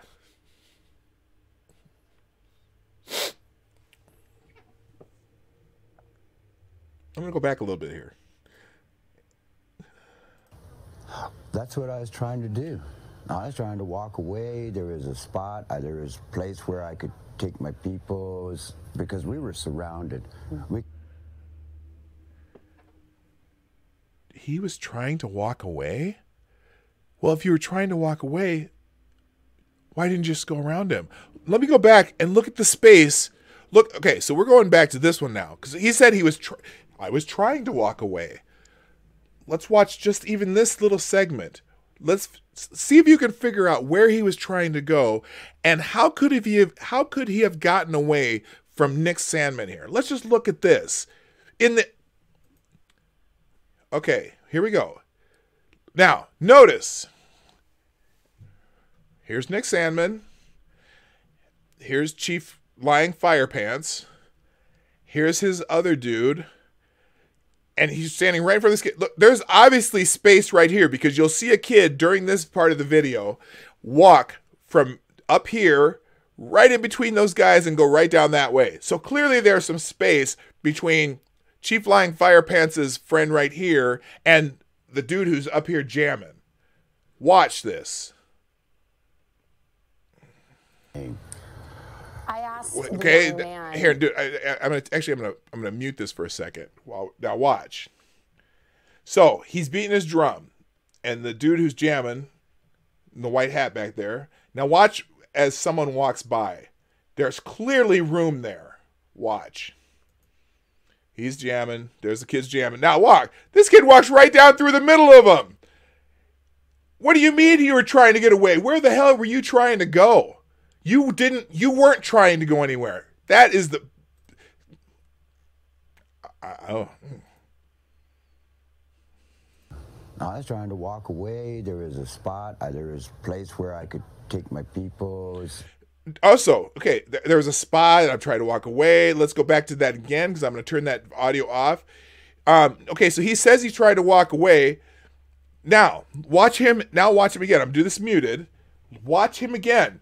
Do you see him looking for a place to go, or do you see him trying to stare down a 16-year-old? Watch this, even just this short clip. And I'm going to pull up this longer clip another day. I'm never going to, this story is never going away on my channel. Watch this. Is he looking around, or is he staring at the kid? Is he looking for a place to go, or is he escalating by banging it closer to the kid's face? Where's he trying to go? Nope, he's in one place, not moving, not looking for anywhere to go. What? Oh my God! And and the people who keep telling me, oh, this kid, should have walked away, and this guy's full of shit. Oh my God! That's what I was trying to do. I was trying to walk away. There was a spot. There was a spot where I could. Really? Were you looking at the spot? Nope. Take my people. Yeah, you're right. I need to take a deep breath, but I'm gonna cherry it on. Man, when this video, remember, share, like, and all that crap. I'm just telling you right now. Because we were surrounded. We were surrounded, but that one kid sure got right through there when he tried to walk through, because there was plenty of room to walk away from Mr. Sandman. We couldn't go right. We couldn't go... Couldn't go right, couldn't go left. Guess what? There's a kid who walked right between you and Sandman with no problem whatsoever. In fact, he just didn't want to bump into the Indian, the dude who was screaming at one of the other kids. Left, back.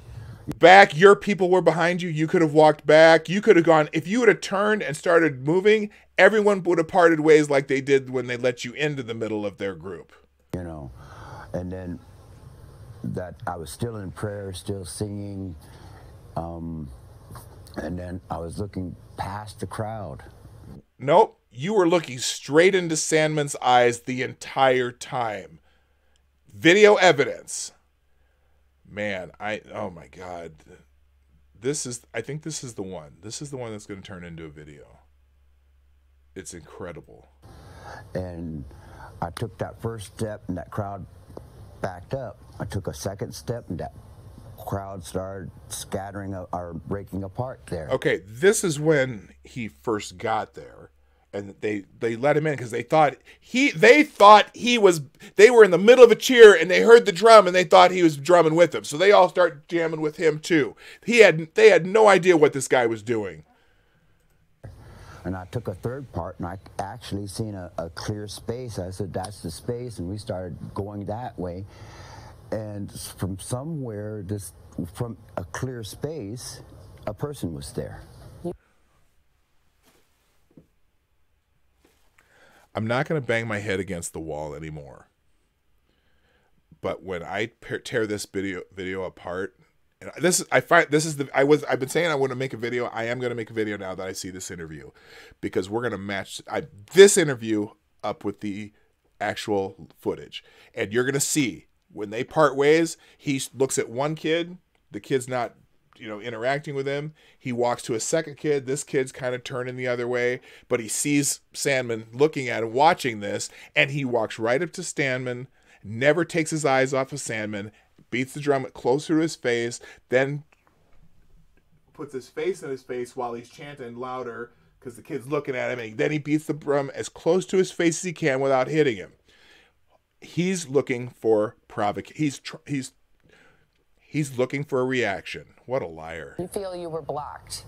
Oh, I was blocked. There has also been some question about the... Now notice, and then they use, and look at the video they use. Okay, you think you were blocked, and then they show the video of the kids behind him. You feel you were blocked. So look, so they show the kids behind him. How did he get here, though? He got here by pushing his, and they let him come into the crowd, letting him get into the crowd. What a crock of shit. God damn. Oh, I was blocked. There has also been some... Oh, by the way, but if you also look here, where is it? There. You feel you were blocked. Oh.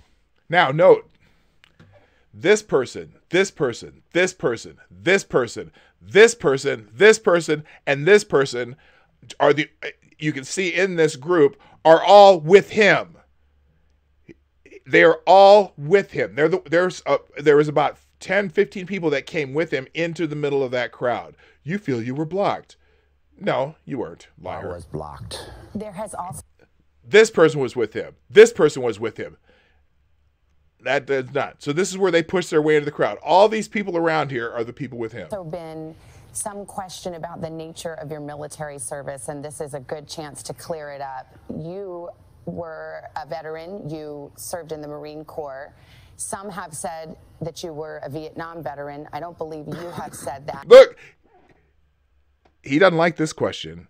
He's looking away. He's coughing. He's trying to figure out what the hell he's going to say because he knows that he's caught in this lie that he's made before. He didn't make it this time. I think he's been caught before telling this lie. That's why he was very careful using the terms Vietnam times vet, because his service, his basic training started just before the war ended.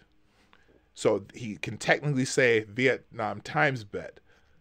Let's hear this answer.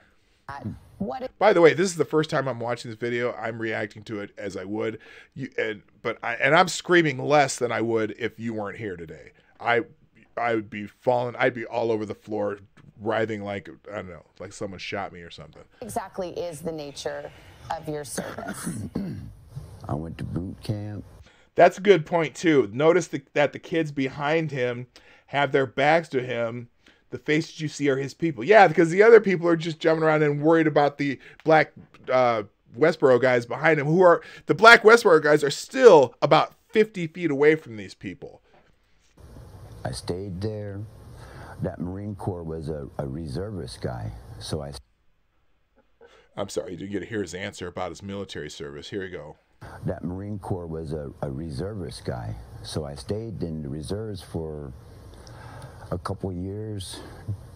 He was in the reserves for 4 years, by the way. That was during the time of the American Indian movement. What does that have to do with Vietnam War veteran?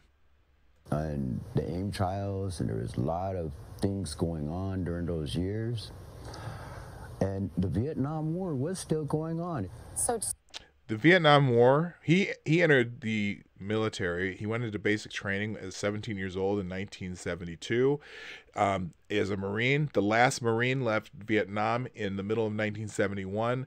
The war was officially ended in 1973. He was finishing up basic training while the war was ending. And he ended up being he was in infantry for 2 days, and he wasn't cutting it, so they turned him into a refrigeration unit mechanic. He worked on refrigerators for 4 years. He was AWOL 3 times, and then he got never promoted, and he was discharged.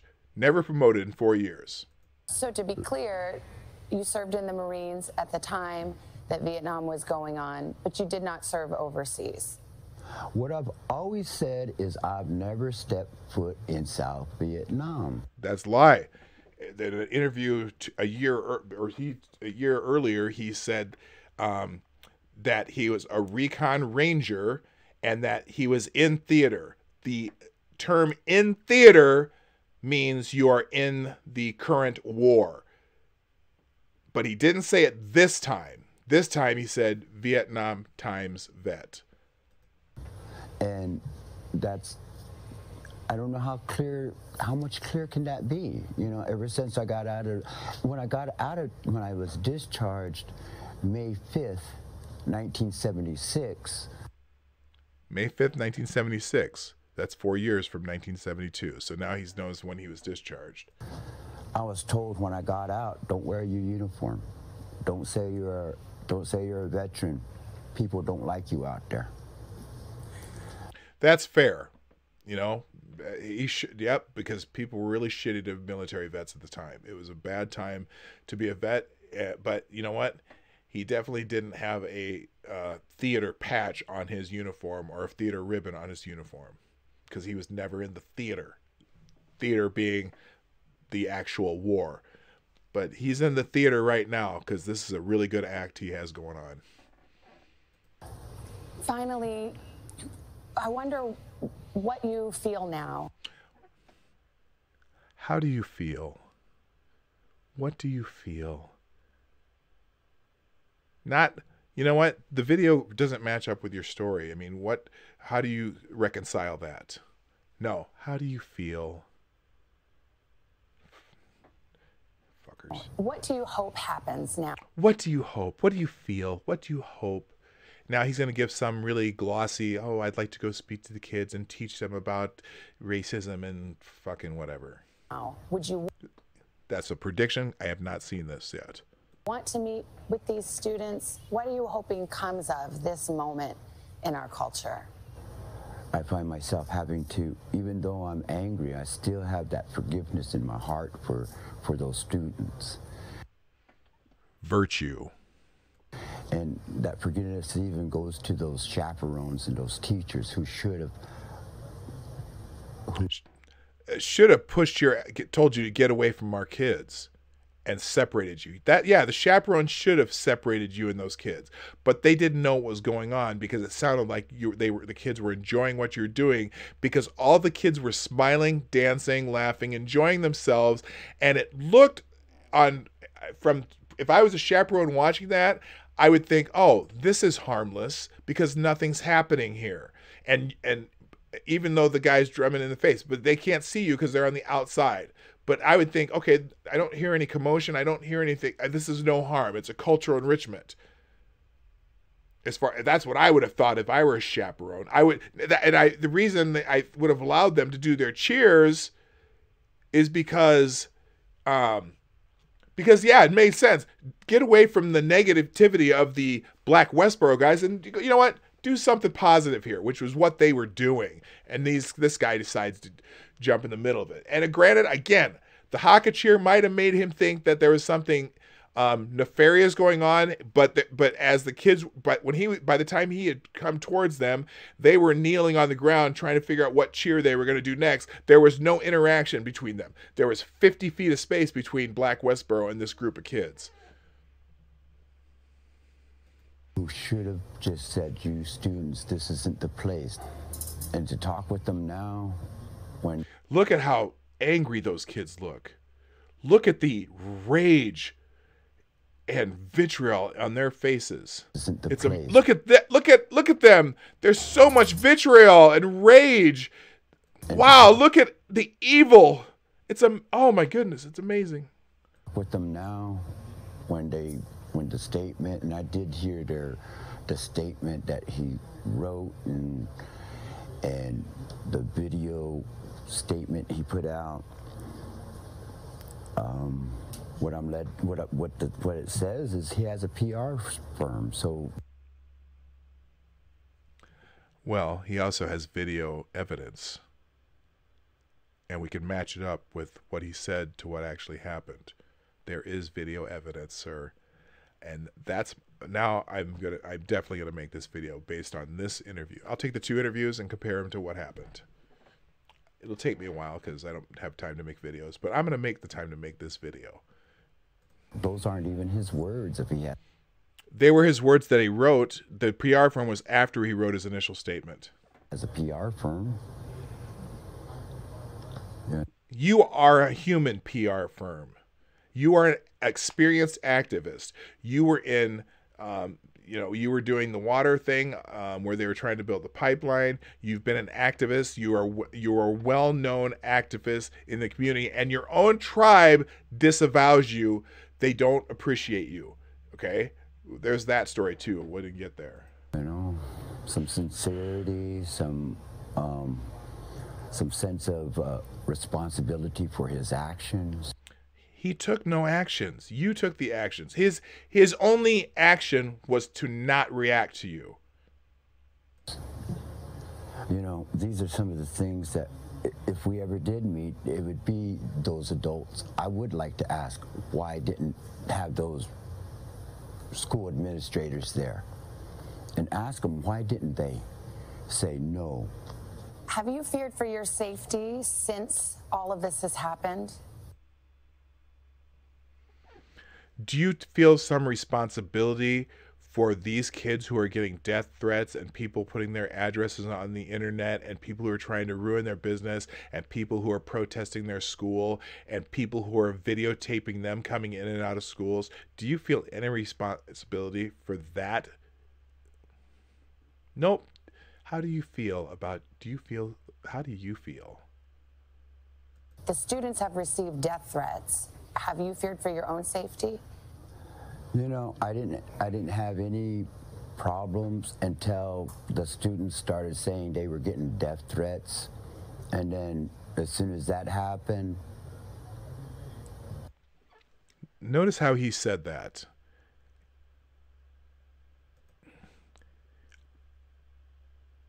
As soon as that happened. You know, I didn't have any problems until the students started saying they were getting death threats. Until the students started saying they were getting death threats. Apparently this guy doesn't have a Twitter account. Saying? No, it's provable, and you can see it all over the internet that they're getting threats. They're getting dragged by celebrities, by news people, by everybody because of the way this story was presented. They weren't saying it. It was happening, and you know it, sir.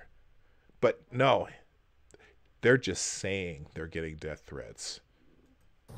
And then as soon as that happened, it started happening with me.